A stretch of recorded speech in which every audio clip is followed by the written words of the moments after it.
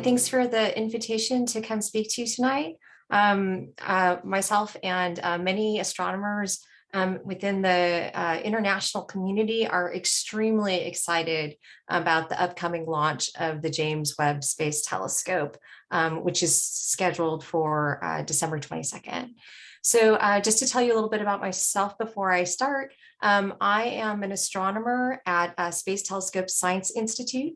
STSCI is the Science and Operations Center for Webb Telescope. So it is the place where the control center is for the telescope, where they command the telescope. It's also the place where we plan science observations.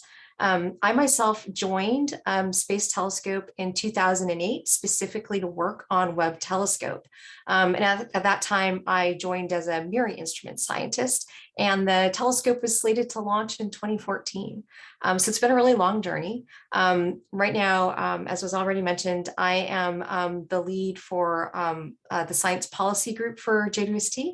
And so one of my responsibilities is to organize the telescope allocation committee. So this is the process by which observations are selected to be executed on the telescope. So I'm really excited to tell you today about how JWST will reveal the infrared universe. Let's see, I'm having trouble advancing. There we go. So I just wanted to start by showing this beautiful picture of a night launch of an Ariane 5 rocket. So you may have heard that JWST is currently expected to launch from Kourou in French Guiana, December 22nd, 2021, in less than 2 weeks. And it will be going up into space in an Ariane 5 rocket. And this might seem a little bit strange at first because we think of JWST as a NASA mission. It is predominantly a NASA mission, but there has been tremendous contribution from the European Space Agency and also from the Canadian Space Agency as well. And so this is actually part of the contribution from the European Space Agency. In addition to, they contributed completely one of the instruments, the NIRSPEC, and half another instrument, MIRI, but they also contributed the launch vehicle, the Ariane 5 rocket. So this is why it's not, for example, being launched from Kennedy Space Center or Vandenberg. It's because it's an international collaboration, and ESA has contributed the rocket. So NASA is planning to stream the launch live. So you can watch it live on December 22nd. The current launch window is for about 7:20 in the morning Eastern time. And so, early in the morning, you can watch the launch. I think there's supposed to be some talks also streaming that will explain for example, the launch process and commissioning for the observatory. So I wanted to point out again that really James Webb Space Telescope is a tremendous international endeavor. So NASA is the lead partner. The United States has contributed about $10 billion to this project. Most of it has been for development of the hardware, but some fraction of it is to support operations of the facility during its 5.5-year-long prime mission. ESA has contributed about $700 million, 700 million euros, including, as I mentioned before, the instruments, two instruments, and also the launch vehicle. And the Canadian Space Agency has contributed about 200 million Canadian to this project as well. They have specifically built one of the instruments, the NIRIS, which stands for Near Infrared Imager and Slitless Spectrometer. So you can see here all the squares here represent contributions from different places all over the world to build this facility. So the Webb Telescope represents the culmination of a lot of dreaming and a lot of hard work by scientists and engineers. The two key things about the Webb Telescope are, one, that it's very large. Its primary mirror has a diameter of about 6.5 meters. and it operates in the infrared. And so astronomers have been dreaming about a large infrared telescope like this for a very long time. They actually started dreaming about this even before the Hubble Space Telescope launched. But often these projects for NASA, they require a killer application, some really exciting science question that can only be answered by the new facility. And so basically, JWST got its mission start in 1996. That's when the mission was approved to start building this large infrared telescope. And you can see here the sort of milestones as they've happened over time. So you can see that the primary mirror, which is made out of beryllium and coated in gold, you can see that at the sort of center top of the nice image. You can see that the individual hexagon parts of the mirrors were completed in 2011. And then the scientific instruments, the cameras and the spectrographs, were completed and delivered to Goddard Space Flight Center in 2012 to 2013. The mirrors were mounted and installed on that backplane that you see, the structure that holds all the segments together, in 2015 to 2016. And then in 2019, the full observatory was connected together. So you can see, again, the big shiny gold thing, that is the primary mirror. You can see some struts that are folded up. At the top of that is the secondary mirror. So basically light comes into the telescope, bounces off the primary mirror up to the secondary mirror, and then gets reflected through this hole in the primary mirror to the instrument suite that is on the back of the telescope. The other feature as you look at this is that there is a very large sun shield here. You can see these 5 layers of this very shiny mylar, which is the sun shield. And it's designed to shade the telescope from the light of the sun to help it be very sensitive in space. So the observatory, meaning the telescope, was connected to the sun shield, and below that will be the spacecraft in 2019. And then, as I mentioned before, this year, 2021, we're anticipating launch December 22nd. And it will take about 6 months to get the telescope to L2, where it's going to be stationed, and to unfold the mirror and the sun shield, and to check out all of the instruments. So we anticipate regular science operations beginning in 2022. Let's see. So how does, I wanted to tell you today a story about how such a large and complicated project comes to fruition within the astronomical community. You can see that it's been decades in development, and you know, it's a very important mission. It's a flagship mission, which means that astronomers anticipate using the telescope to study all aspects of astronomy or astrophysics, everything from the early universe to looking to see how galaxies evolve over time, to how stars are born, live their lives and die, into understanding other worlds. So really, as a NASA flagship mission, it does this by having tremendous gains in performance compared to all the missions that have come before it. So this particular chart here shows you on the y-axis, this is sort of sensitivity, and the x-axis is wavelength. So the top is things that are less sensitive, and at the bottom are things that are more sensitive. So you can see how JWST stacks up compared to previous and ongoing missions. So for example, with Hubble Space Telescope, there is some overlap in the wavelengths that the two observatories will observe, and JWST is more sensitive than Hubble. It is also more sensitive than Spitzer at the longer wavelengths, that curves below Spitzer's curve, and similarly more sensitive than WISE. Spitzer and WISE were both also space-based observatories. SOFIA is an airplane that has a telescope on it that also operates in the infrared. So JWST is much more sensitive. You can see that it's orders of magnitude, many factors of 10 more sensitive than SOFIA, for example, at 10 microns. And it's even more sensitive then the Gemini telescope, this is one of the premier ground-based US-owned telescopes. It's an 8-meter telescope, but since JWST is going to be in space, it'll actually be more sensitive than Gemini as well. So how does a project like this come to fruition? So I mentioned to you that astronomers are always dreaming about the next mission. What's the next greatest thing that they can do? And there really needs to be a killer science application that sells the concept so that astronomers are sure that if they build the facility, that'll make tremendous gains in our understanding of the universe. And for the James Webb Space Telescope, this killer application is really studying the very distant universe. So what this slide is showing is the Hubble Deep Field.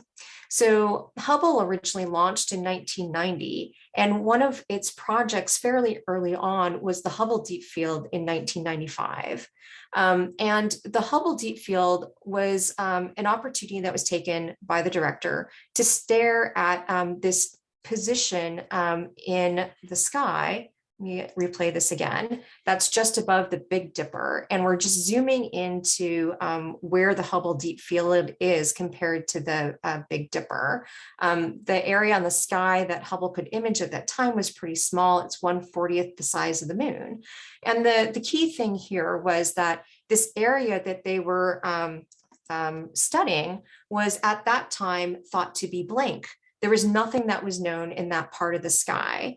And that's because there were no stars from our galaxy nearby. There were no nearby galaxies in that patch of the sky. So it wasn't clear at all when they stared at that dark part of the sky that they would see anything. And the director invested something like 240 hours of his time, 10 days, to stare at this blank patch. And we now know it as the Hubble Deep Field. And it has revealed very distant galaxies at just after the Big Bang, and has taught us quite a lot about what these early galaxies look like.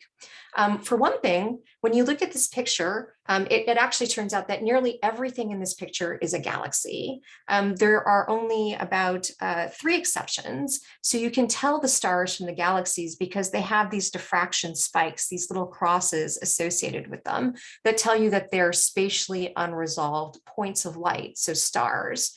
So other than these 3 things, everything in here is a galaxy and a distant galaxy. So this picture told us that the galaxies in the very distant universe looked very different from the galaxies that we see in our local universe that are near us today, that they were much smaller and they didn't have the beautiful spiral structure like the grand design spiral of M51 or even elliptical structures.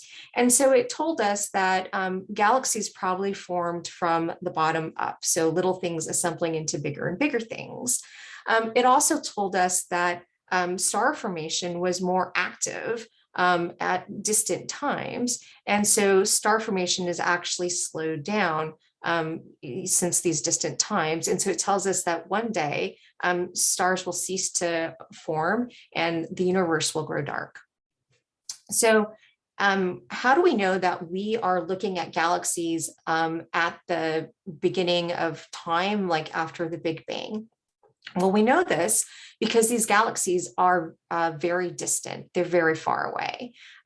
We know that they're very far away, partly because they're very dim. They're very faint. So the real advance with the Hubble Deep Field was staring for so long at this patch of sky so that you could collect the light from the very faint things above the blurring effects of the Earth's atmosphere. So if we think about light travels at a fixed speed, 186,000 miles per second. And so that means that the light that we're seeing today from the moon, the light that we see right now, was emitted by or bounced off of the moon, 1.3 light seconds ago. And as you move out to further and further things, because the speed of light is fixed, it means that you're looking back in time, further and further back in time at what those objects look like. So for example, the sun is further than the moon, and it takes light 8.3 minutes to get from the sun to us. So if the sun were to shut down, we wouldn't know about it for 8.3 minutes. The nearest star is Alpha Centauri. Light takes 4.4 light years to get here. The Hercules globular cluster M13. This gives you an idea for the scale of our galaxy. It's about 25,000 light years away. So it takes light from the outer reaches of our galaxy about 25,000 light years to get to us. And then as you start to go to the local group, nearby galaxies that are in the same neighborhood as our own Milky Way, they could be 2.5 million light years away. So when we look at something like Andromeda, which is further away, we're seeing farther back in time to 2.5 million, how that galaxy was 2.5 million years ago compared to the light that bounces off the moon that just takes 1.3 seconds to get here. So this means that as we stare back at fainter and fainter things that are further and further away, it means that we're actually looking back in time. And so this graphic sort of shows you how far back in time people have been able to see with various observations. So before Hubble Space Telescope, astronomers were using ground-based observatories to look back in time. And the measure that they use for how far back in time that they've looked, I'll describe a little bit later, but it's called Redshift. But you can also think of it as time after the Big Bang. So these ground-based observatories in the 1990s could see to about a redshift of 1 or 6 billion years after the Big Bang. And then the Hubble Deep Field was a tremendous advance because you can see that it could see out to galaxies of a redshift 4 or now instead 1.5 billion years after the Big Bang. So again, getting closer and closer to the first galaxies that formed after the Big Bang. The Hubble Ultra Deep Field in 2004 went to about a redshift of 800 million years ago. And then the Hubble Ultra Deep Field in the infrared in 2010 went to 480 million years after the Big Bang, or a Z of about 10, redshift of 10. And you can see here how James Webb Space Telescope stacks up compared to the other observatories, being able to see even further back in time to 200 million years after the Big Bang to redshifts of greater than 20. So how does Hubble make these, or not Hubble, how does Webb Telescope make these tremendous gains? There's really two things that it uses to be able to look back so far in time. One was this gigantic primary mirror that we saw in the picture. This is a cartoon sketch showing how JWST stacks up compared to Hubble and to the Spitzer Space Telescope primary mirrors. You can see that the James Webb Space Telescope mirror is about 3 times bigger in diameter compared to the Hubble primary. So here you can see Hubble at 2.4 meters, JWST at about 6.6 meters.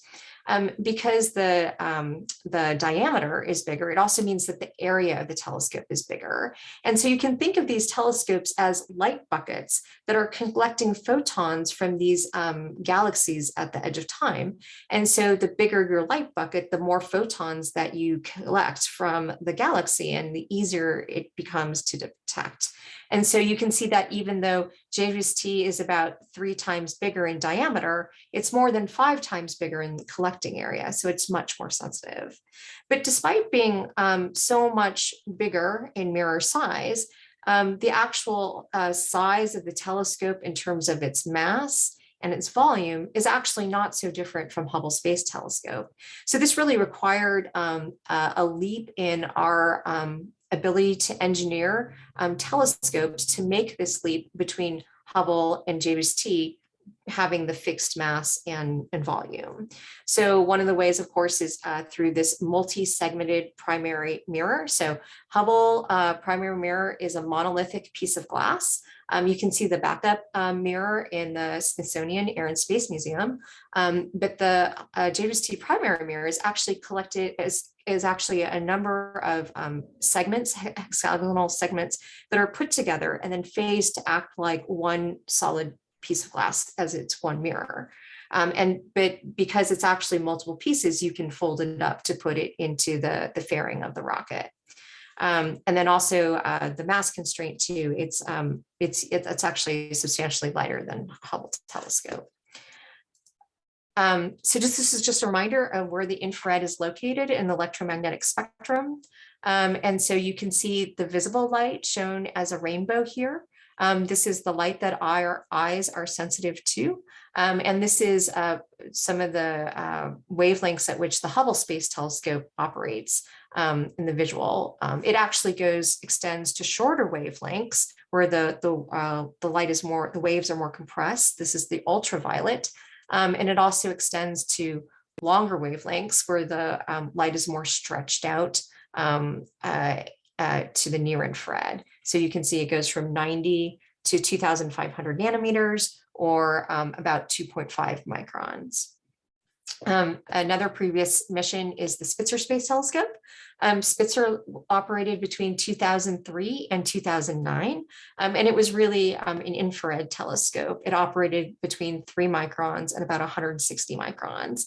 So James Webb really sits in wavelength space in the area between Hubble Space Telescope and Spitzer Space Telescope, and overlaps with the two of them on either edge. So it operates, it is a little sensitive to some of the light that our eyes can see, but goes out to about 28 microns in the mid-infrared. So why is it important to have an infrared telescope? So there are a number of things that you can study in the infrared, this light that our eyes are not sensitive to, that enriches our understanding of the universe. So I'm going to go back to trying to explain why you need infrared capability to look at these galaxies that are so far away. One of the things that Edwin Hubble learned in the 1930s was that the universe is expanding. And the way that he learned this was that he went out and looked at galaxies, and he saw that all of the galaxies that he observed were flying away from us. So again, the universe is expanding. And this was the first evidence that our universe was born in a Big Bang. And the way that he did this was he could measure the speed or velocity at which galaxies are flying away from us, and also their distance. And so the way that they measure distance is by using what are called standard candles. If there are stars that you know how bright they are, like a 100-watt light bulb, and you see that it's dim, you can extrapolate how far away it is by knowing how bright it should be, and then you see how faint it is. So, so these standard candles are used to extrapolate distance, this R here. And then it turns out that you can measure velocity through the Doppler effect, which I'll talk about next. But Hubble's law basically tells us that the speed at which galaxies are moving away from us is directly proportional to the distance. So that means that they're connected by a linear relationship. And so if you know how fast a galaxy is flying away from us, you actually also know how far away it is. So to circle back and talk a little bit about how people measure these velocities of galaxies that are flying away from us, they use something called the Doppler effect to measure what astronomers call redshift. So I'm sure everybody's familiar with the Doppler effect through everyday experiences. A good one that comes to mind is if you think of an ambulance coming towards you with its siren on, its pitch is higher as it moves toward you. And this is because the sound waves that are coming towards you are compressed because the ambulance is moving towards you. And so this makes the pitch of the sound higher.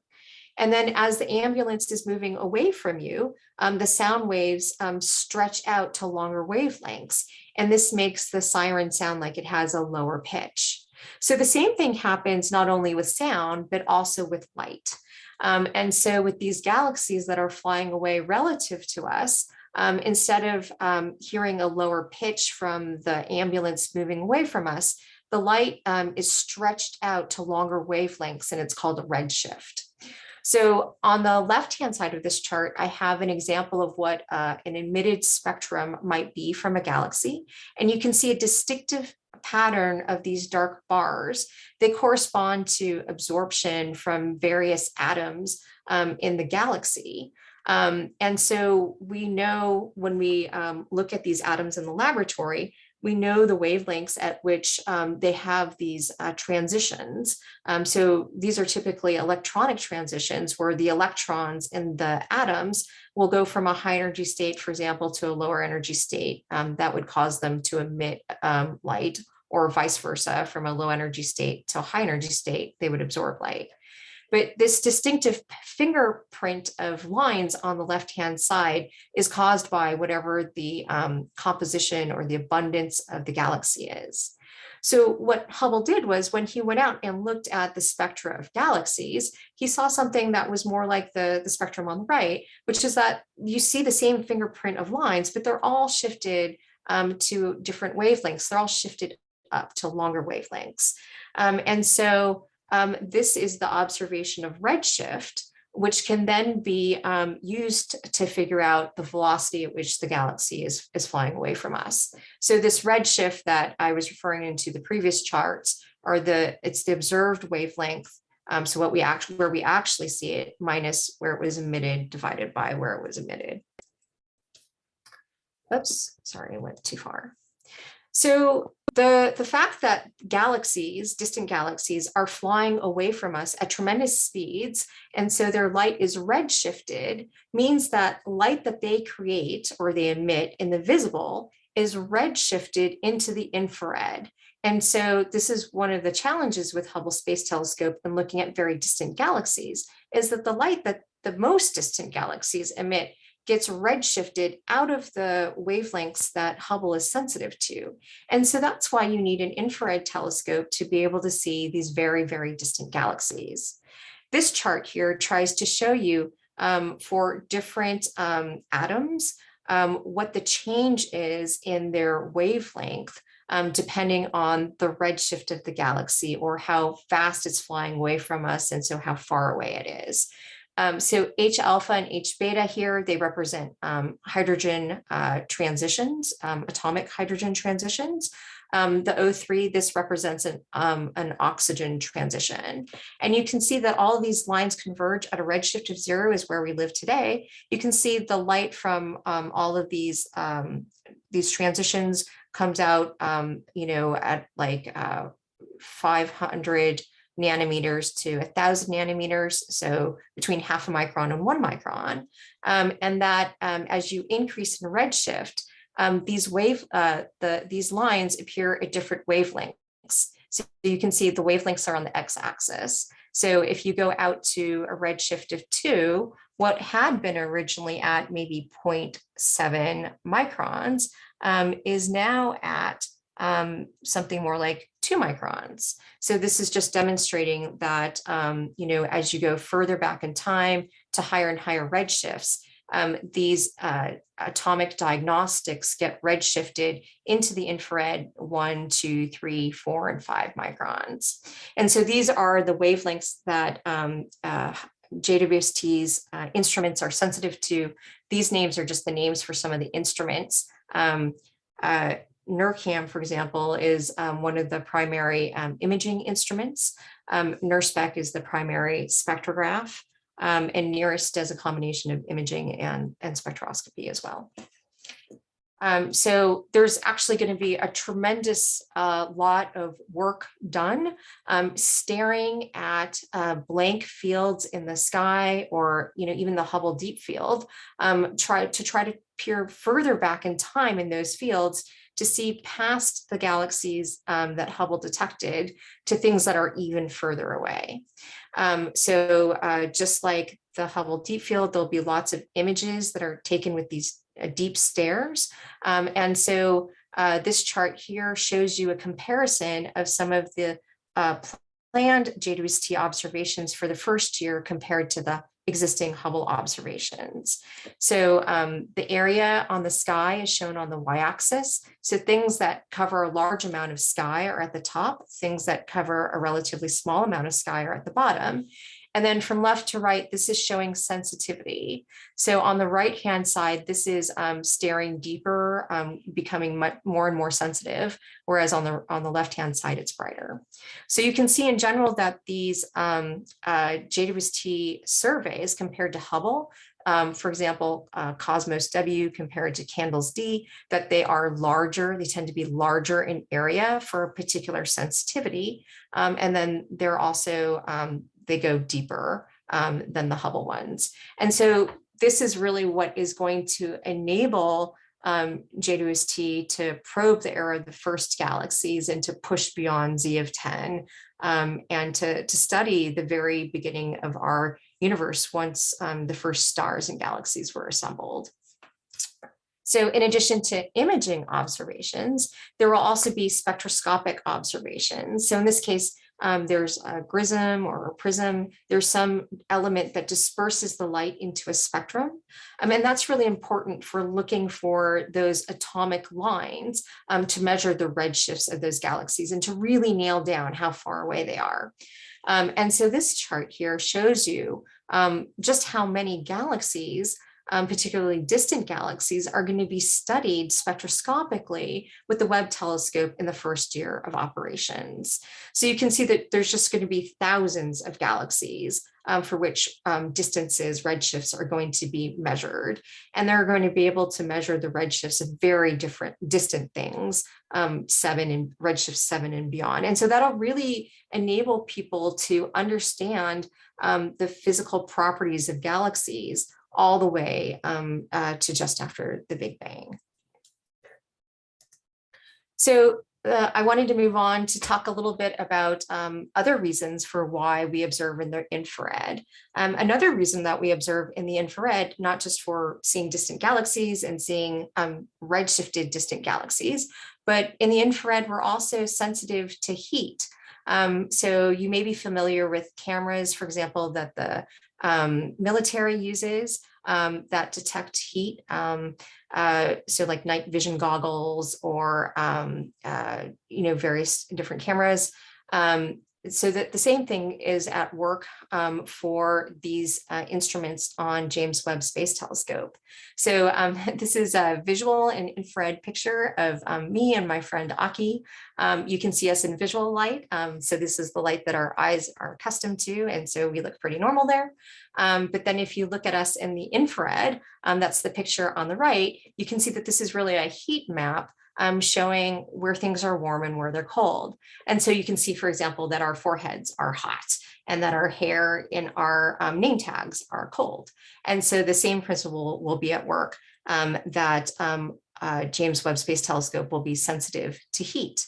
And this is important for some of the science cases that Webb Telescope will try to study. So one of the challenges of observing in the infrared is there's a lot of warm things around us. For example, there are ground-based telescopes and they have to look through the night sky. And although the night sky looks like our atmosphere looks clear to our eyes, we can see out to the stars, it's actually opaque and hot in comparison to the astrophysical universe. The sky, remember, has a temperature like room temperature, and so it radiates a lot of heat. So this is one of the reasons to put James Webb Space Telescope into space. But even when you get to space, there are other sources that you have to avoid in order to stare very deeply at those galaxies, very first galaxies. So things, for example, that you need to avoid are the sun. The sun's very bright, it's very hot. It radiates a lot of heat and light. And actually, the Earth is a large source as well, and also the moon. And so one of the things that James Webb Space Telescope will do is it will use a sun shield to try to protect the telescope from the light from those objects. So you can see on the left-hand side, This is a cartoon of the telescope tipped on its side, where you can see part of it is color-coded red for the hot side, and part of it is color-coded blue for the cold side. So you can see the hot side is quite a bit hotter than the cold side. The hot side is about 185 degrees Fahrenheit, which is still cold for us, but a lot warmer than the cold side, which is minus 388 degrees Fahrenheit. So you can see that the science instruments, including the detectors and the filters, the mirrors for the telescope, all of those things are kept cold so that they can be sensitive to the light from these very faint distant things. And there is a sun shield that divides the hot side from the cold side. And you can see on the hot side of the telescope, there's the solar panel. That makes sense. It's the thing that generates electricity to run the observatory. There's a communications antenna, computer, there's reaction wheels and jets to steer the observatory around. We can zoom in on a little cross section of this sun shield to try to understand how it works. So essentially, incident sunlight comes from the left-hand side, and it encounters, you can see there's the 5 layers shown here. When sunlight encounters these mylar structures, about 90% of the light is bounced back, but then about 10% gets through. And so in order to drop the temperature so severely, 500 degrees Fahrenheit, engineers needed to build these 5 different layers of sun shield because each time you have a layer, you reflect 90% of the energy, but then 10% passes through. So that by the time that you get to the other side of the full sun shield, that very little heat gets all the way through the layers to the cold side of the telescope. So the sun shield is a really key part of the telescope to keep it passively cold and operating so that it can see in the infrared. So one of the very clever things that was done to enable the sun shield to protect the telescope from the sun, earth, and the moon is to place the observatory at the Lagrange 2-point. So this is a little cartoon showing the earth in orbit around the sun, and you can see the moon orbiting around the earth here. In this reference frame of the earth going around the sun, there are 5 what are called Lagrange points. These are points that are relatively gravitationally stable, so that things that sit at these points tend to sort of stay there. They don't migrate over time.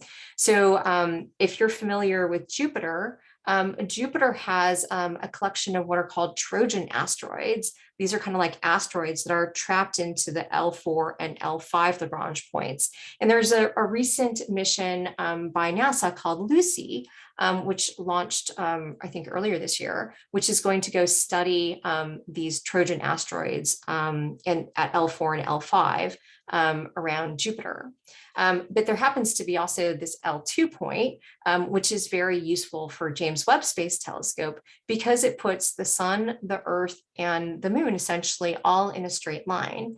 And so from this position at L2, the telescope can point the sun shield in one direction and use it to block out all of the heat and light from all of those objects at once.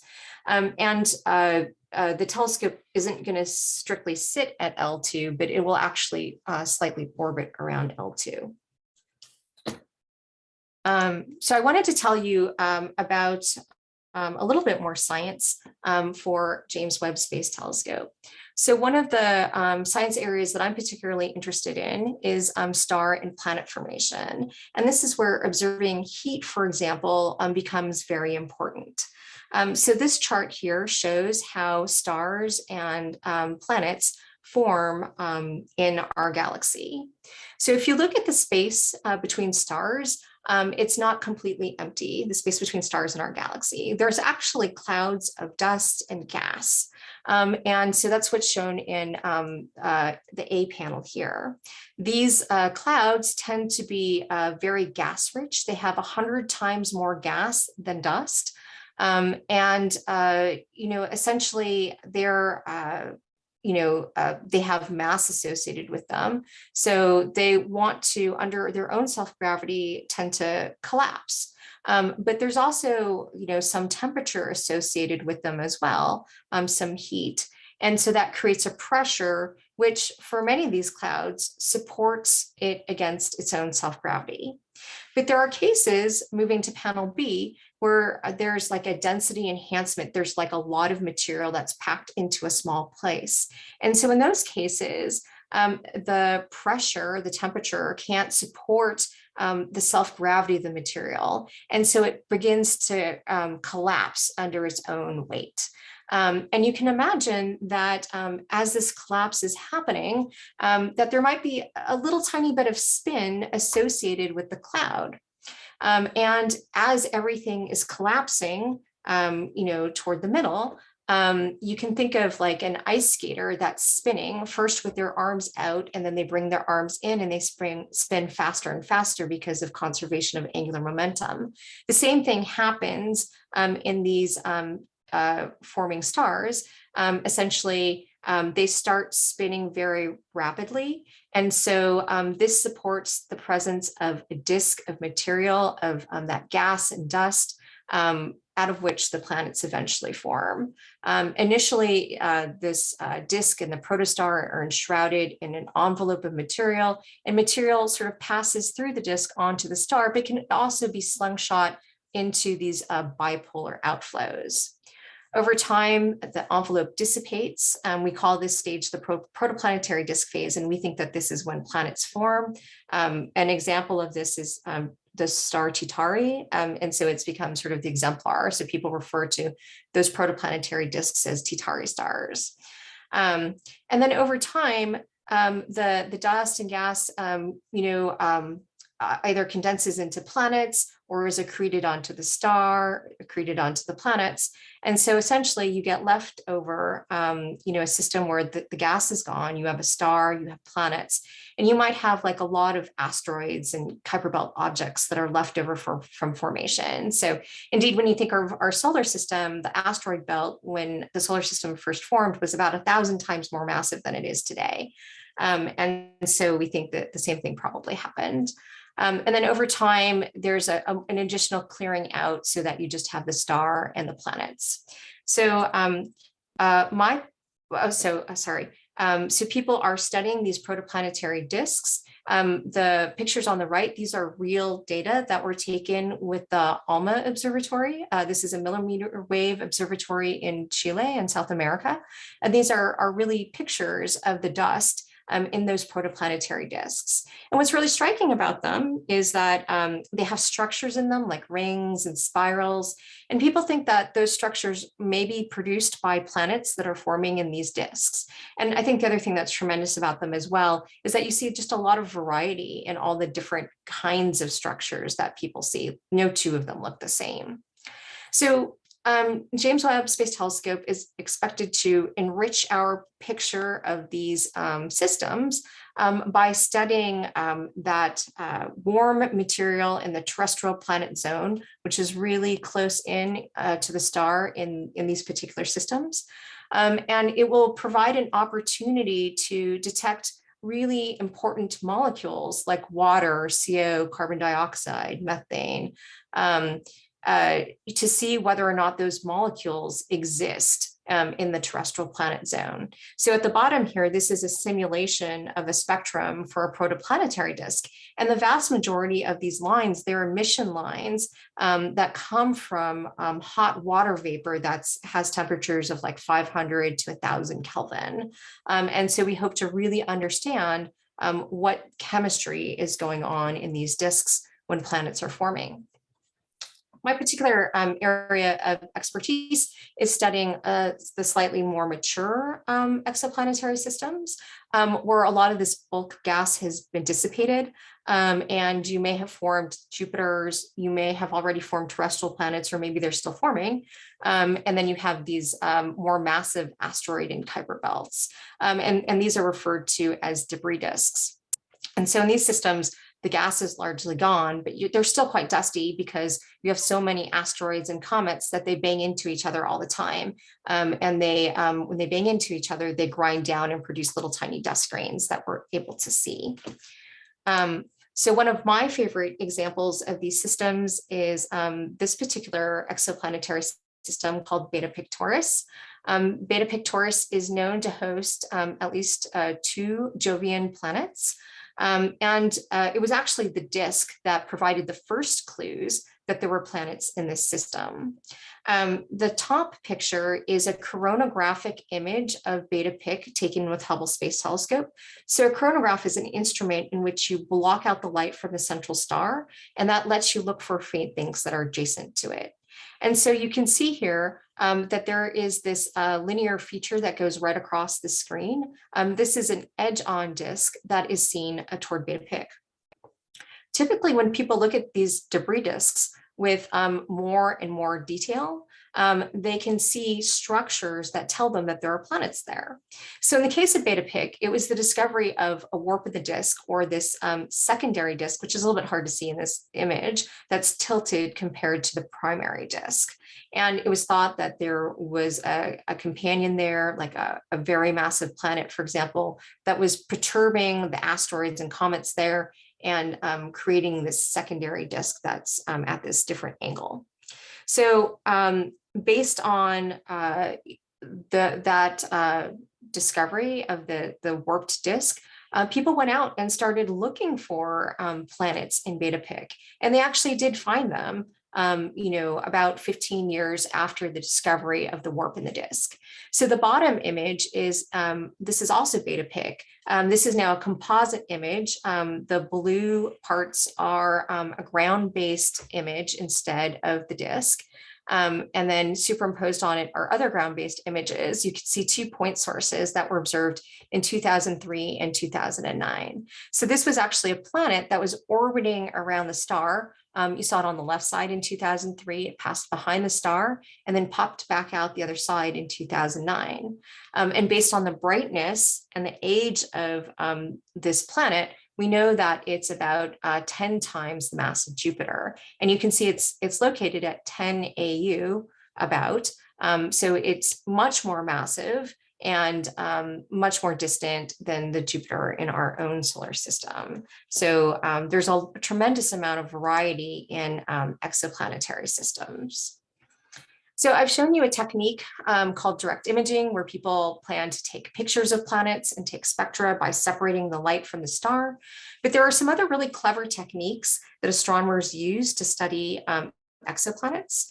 And in particular, one of the most popular techniques that will be used to study exoplanets is the transit method. The transit method is a way to study an exoplanet around a star without spatially resolving it. So meaning separating the light from the star from the light from the planet.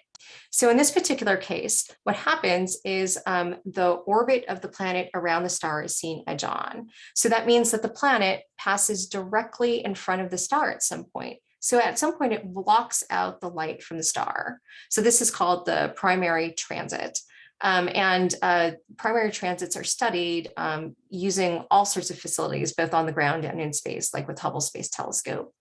And then, as the planet orbits around the star, there will eventually come a point where, for example, it's at quarter, where the star and the planet are well separated. And so you see the light from the two separately. And then there'll be a point called secondary eclipse, where the planet passes behind the star and you just see the light from the star. So the primary transit is useful because although the rocky part of like a gaseous planet, for example, is opaque, the atmosphere does permit some light to shine through it and to imprint absorption lines from atoms and molecules in the atmosphere. So people can study what's in the atmosphere of these transiting exoplanets. But when you get to, like, for example, the first quarter, if you're looking in at these longer infrared wavelengths, you see the heat from the star and the heat from the planet as well. And then when the planet goes behind the star, you only see the heat from the star. And so you can take a difference, you can subtract one from the other and figure out what the heat of the planet alone was. And so these are the various techniques that people are going to use to study the atmospheres of these planets. So this chart on the right just shows you the variety of planets that are going to be studied, both during transit when the planet passes in front of the star. So you can see the temperature. This is a proxy for distance. So close things are hot at the top. Distant things are cold and at the bottom. And then you can see mass, the less massive planets on the left and the more massive ones on the right. So you can see that there's a number of transits that are going to be observed. And then also these eclipses where the planet goes behind the star. And then you can look at the difference between the two to see the heat from the planet. And then there's going to also be some observations of what are called phase curves, where you look at the different phases of the planet as it goes around the star. So why are people making these observations? And what are they going to look at? So they're going to look at a lot of different kinds of planets, just like a whole diversity of different things. So this chart here shows you the planets that are going to be observed in the first year of operations, with radius on the y-axis and temperature on the x-axis. So every point here represents a target that's going to be looked at. So you can see, to orient ourselves, here's Jupiter on the top right and Earth on the bottom right. So more massive things at the top, less massive things on the bottom. And then this is a little bit backwards in temperature. It's meant to depict, like, thinking about having the star on the left side. And so closer to the left, this is hotter because it's closer to the star. And as you move to the right, you're moving away from the star, so it gets cooler. So in this particular case, you can see that JWST will study things that are analogs to our own solar system. So things that have masses and temperatures like Jupiter and the Earth, but then a whole slew of planets that are actually quite different. So you can see, for example, hot Jupiters here. You may have seen there was a Nobel Prize awarded for the discovery of the first a planet around a solar-like star. And that planet was actually one of these hot Jupiters. So this was a planet that is very close to the star, less than 0.1 AU away. And its orbit, instead of taking like 5 years to go around its star, it just takes 10 days.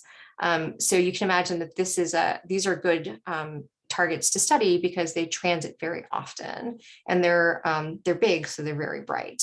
So there's a lot of these sort of hot Jupiters that will be studied. There's also a family of planets that are sort of in between Jupiter and Earth. These are referred to as super Earths and mini Neptunes.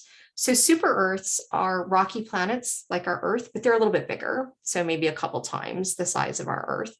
And mini Neptunes are kind of what they sound like. They are small gas giant planets, and they typically have cores that are the same size as the super Earths, but then they also have this layer of gas around them as well.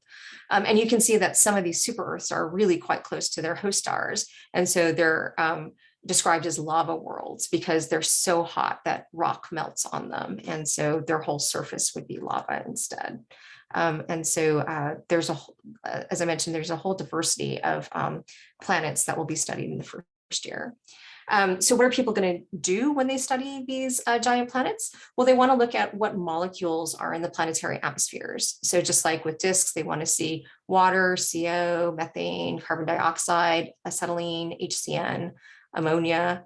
And one of the goals is to measure the carbon to oxygen ratio to figure out where these planets formed. Did they form, at distances sort of like inside where Jupiter is today, or further out, what's called beyond the snow line, where water is a solid rather than a vapor. And they want to study clouds and hazes in these planets, understand how the atmosphere changes with longitude, and then how the atmosphere responds to being heated up or cooled down. There are some planets, for example, that are on very elliptical orbits. So sometimes they come very close to their parent star and sometimes they're very far away. So the exoplanetary system that's going to be studied the most in the first year of operations is TRAPPIST-1. TRAPPIST-1 is really famous because it has 7 rocky planets that are in the habitable zone for its star. So it has the analog of, I think, like a Venus and, things that are going out to being cooler than Mars. You can see if you look closely that while their sizes are very similar to terrestrial planets in our solar system, their orbital periods are quite different. And that's because TRAPPIST-1 is a low mass star. It's an M-type star with a mass that's maybe half or less than our sun. And so because it's so low mass, it's not very bright, it's not very luminous. And so to get to the same temperatures as Mercury through Mars, these planets have to be much closer to their host star, which then means that their orbit is much, much shorter. You can see that it's typically less than, up to 20 days compared to hundreds of days for the terrestrial planets in our solar system. So that's a fast tour of some of the science that's going to happen in cycle 1. I wanted to just leave you with some thoughts about what's going to happen in the next couple months. So this shows the launch timeline for JWST. JWST arrived at Paria Cabo, the port for Ariane Space, in October. At T-minus 29 days, the main stage was positioned on the launch table. And we're getting very close to T-minus 7 days when Webb will be placed on the Ariane 5. And you can see here, it's in the folded up configuration here. And then very rapidly, they'll put the fairing on top to protect the observatory. And then a day before, they'll roll it out to the launch pad and then launch. And then you can see post-launch, within the first even hour, there's a lot of action that's going on. You'll see first the boosters separate from the main rocket, and then the fairing will separate to reveal the telescope. And during this phase, they'll actually rotate the telescope back and forth so that no part of it gets too hot. At plus 9 minutes, the main stage will come off. And then at plus 27 minutes, the spacecraft will separate from the rocket entirely. During this whole launch phase, the observatory will be tracked both from the ground by ground stations, and then also by the TDRS satellite, NASA's United States' TDRS satellite in space. So there's a lot of action, not just in the first couple hours, but actually in the first couple of weeks of the mission, because you have to go from a fully sort of folded up telescope into something that's completely deployed, where everything is aligned and working. And so you can see here the first thing that happens is the deployment of these 2 structures that hold the folded sun shield, and then the lateral deployment of the sun shield, stretching it out. And then tensioning each of those layers and separating them before then unfolding that secondary mirror into position in front of the primary mirror, and then finally unfolding sort of the wings. So this is a very complicated unfolding of the telescope within the first 2 to 4 weeks of the mission. And it's really critical that this goes well, so that the observatory will be successful. So there's a very nice deployment video by Northrop Grumman that I posted the URL for. Continuing on, after the unfurling of the telescope, it will move at, by about 1 month after launch, it will move to its orbit around L2.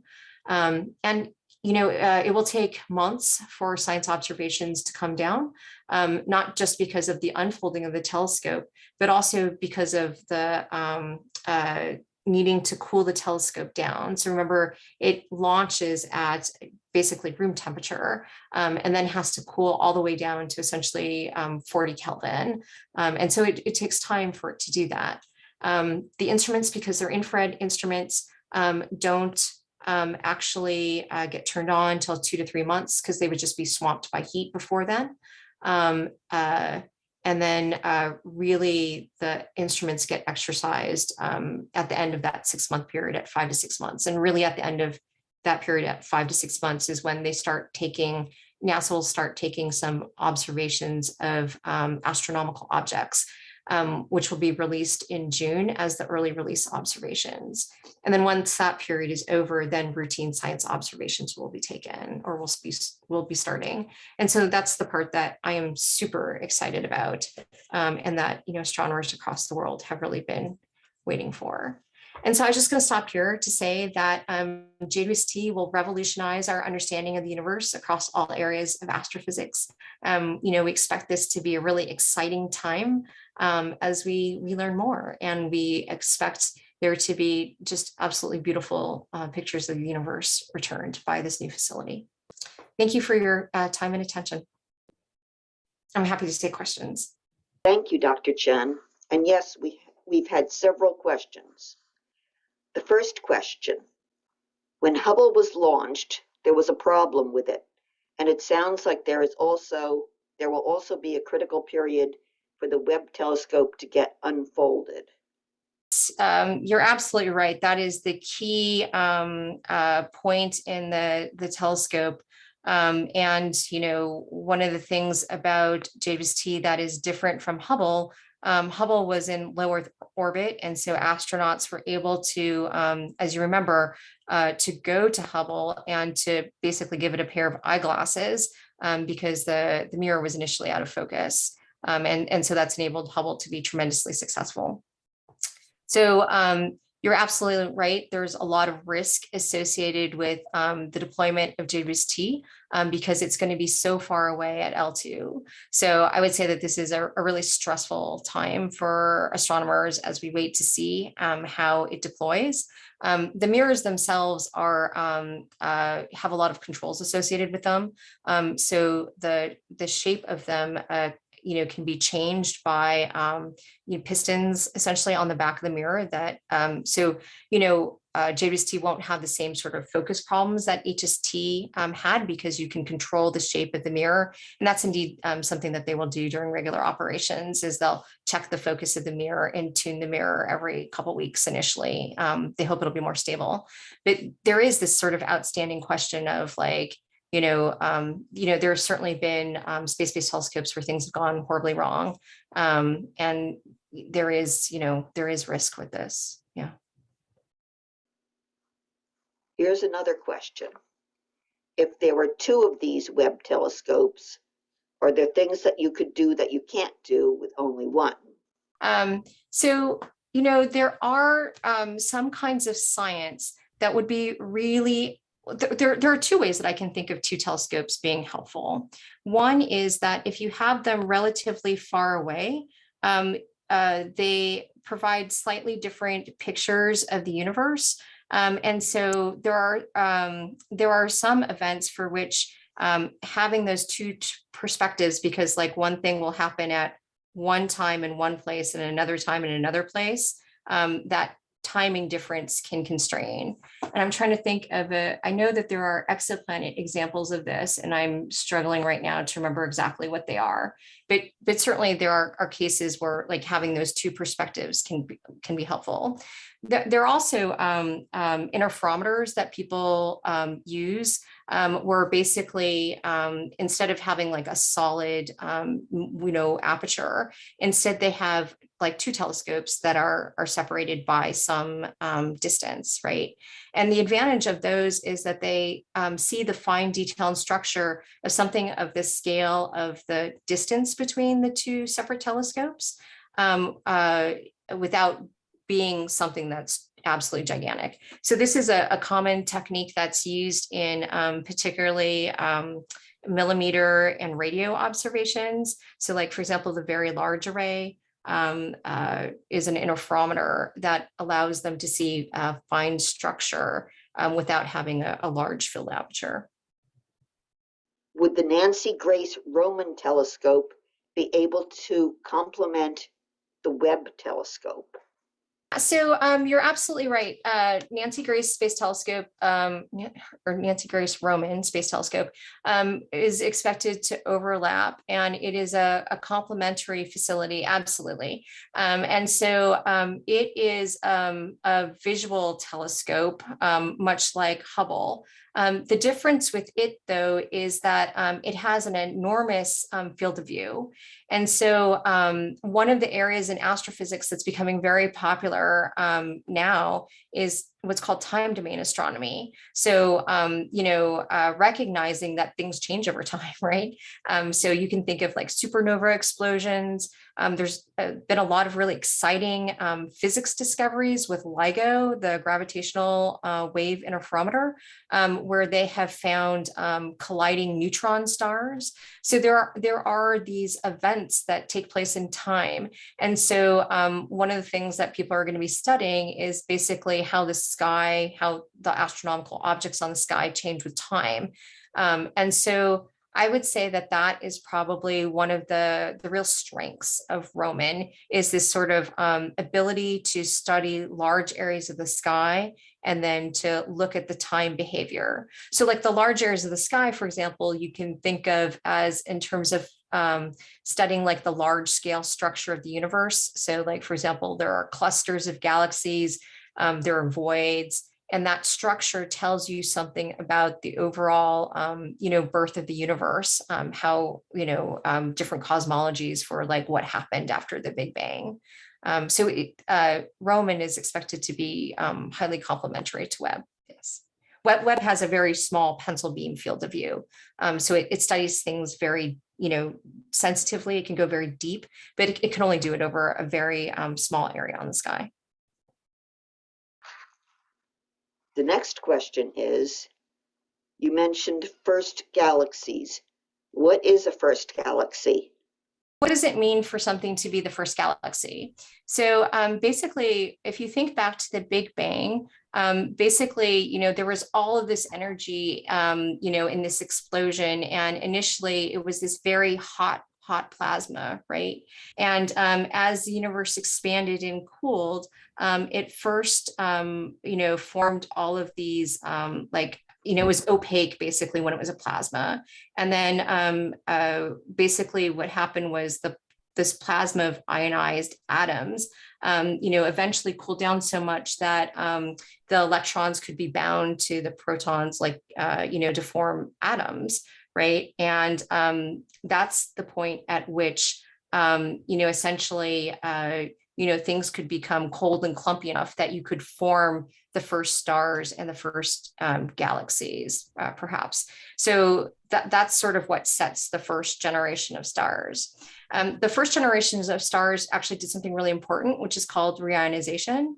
So that means that the first stars are actually thought to be very, very big. So maybe 100 times our sun, just enormous, enormous stars that are practically blowing themselves apart because they're producing so much radiation.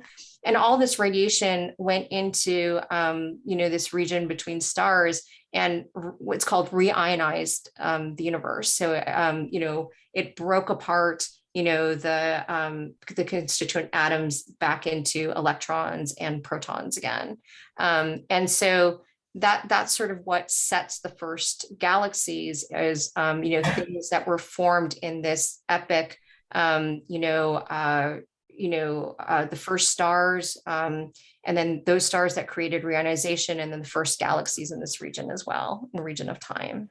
That's what the first galaxies mean.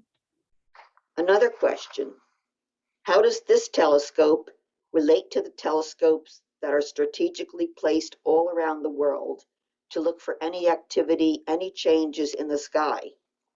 So again, you're absolutely right. This is a really growing field in astrophysics. And so there's a lot of, and actually there's going to be, I'm blanking on the name, but there's the Vera Rubin telescope is going to be commissioned soon. This is a large telescope in the Southern Hemisphere. It's in Chile. And its goal is going to to carry out a sky survey from the ground and map the sky over and over and over again. And this is very synergistic, again, with the time domain astrophysics that people are becoming very interested in. Again, looking at, for example, these merging neutron stars that create gravitational wave signatures, or colliding galaxy cores, merging active galactic nuclei, which will create a signature that has to be seen from space using much longer baselines, using facilities like LISA. So again, the way that JWST will work in concert with these facilities is they may see an event, right? So like you can imagine that like LIGO triggers an event, right? They say, oh, we think we see colliding neutron stars, right? And so then people will rush to go look at that with like every facility that you can imagine, right? To understand like, what the neighborhood of the star is like, its environment, when things collide, it'll create a black hole. It'll probably throw out all this dust and stuff into space. And so, create shocks, and there'll be all this outflowing material. And so people will use all these facilities to study at different wavelengths, and at different periods of time, how that environment around those like colliding neutron stars changes over time.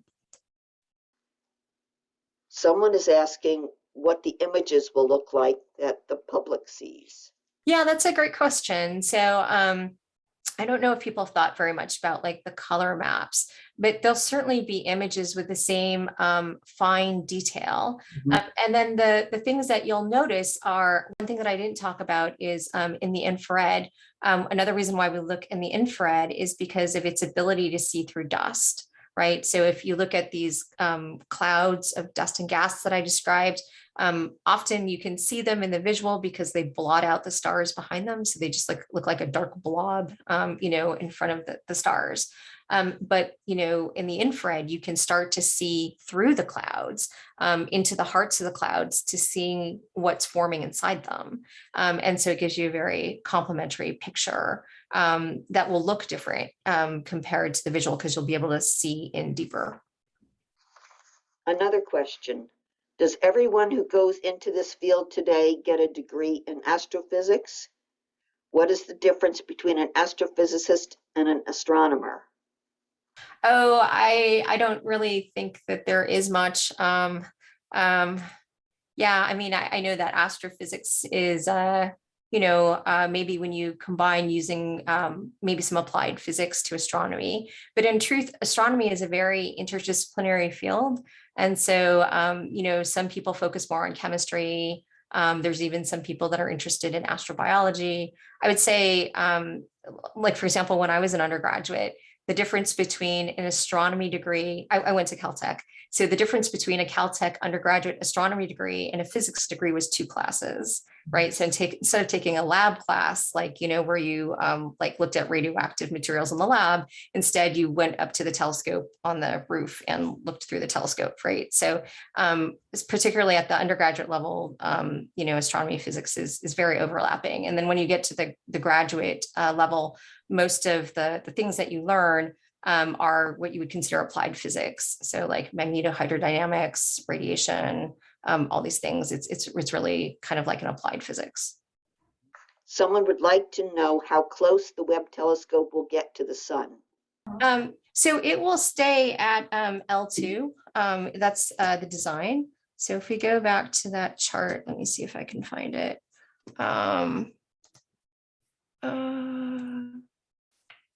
This one. So this is meant to be the Earth orbiting around the sun. So basically you can think of this line moving like the hand on a clock around the sun at the same time. So it basically the Earth, the sun, the Earth, and the observatory stay in lockstep in a line. So as the Earth orbits, say, counterclockwise, so does the observatory, it goes with it. So it stays at the same distance is the answer.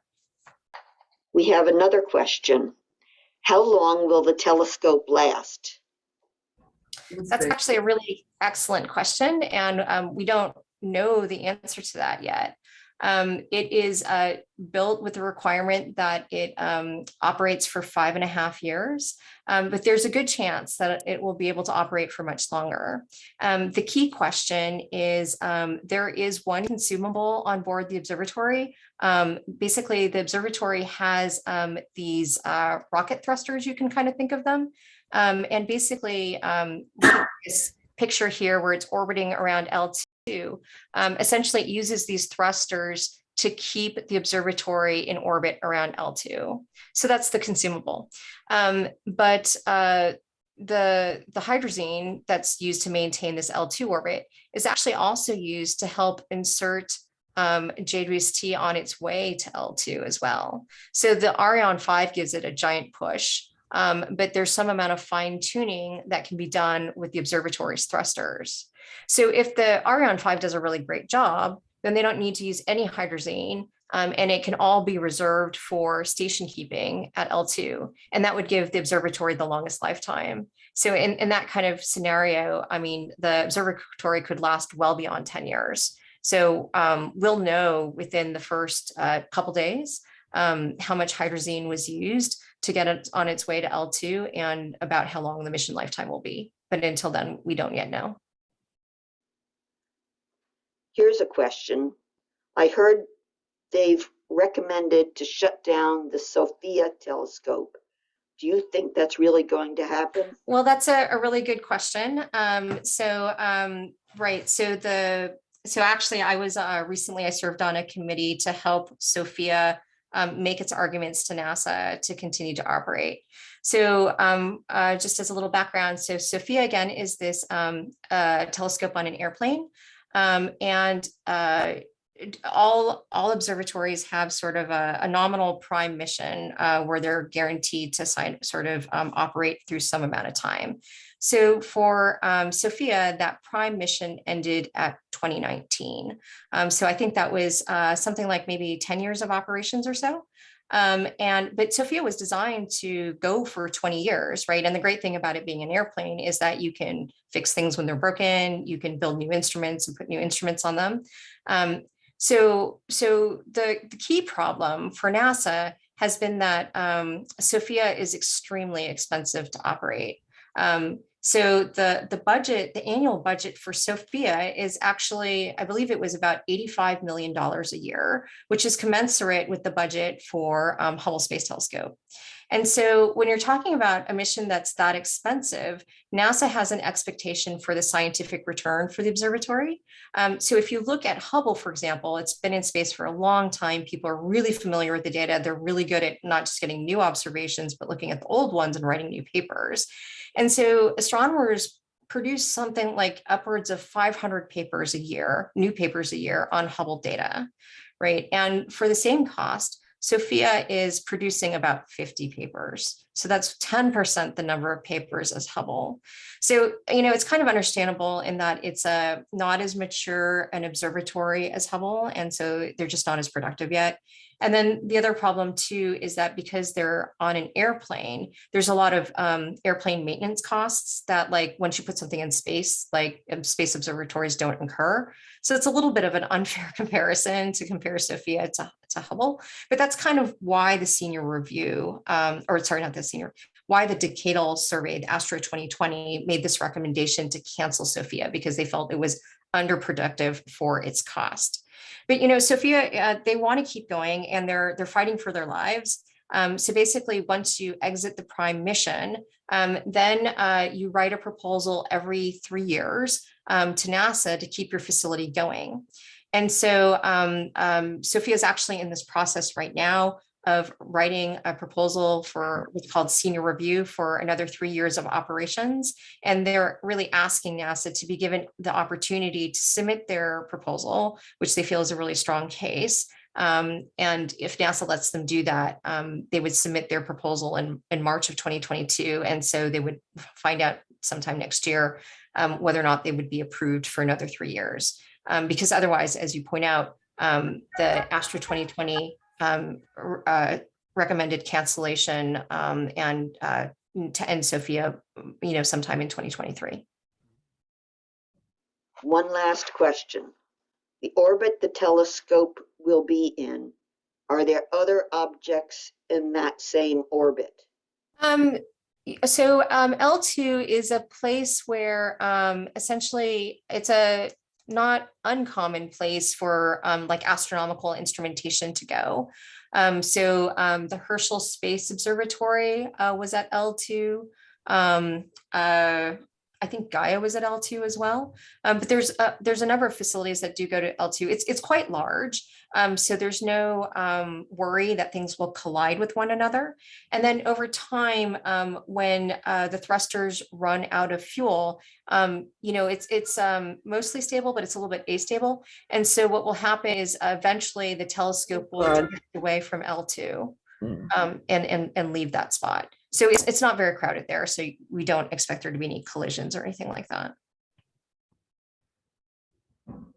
Any other questions? Thank you so much. It really was an excellent presentation.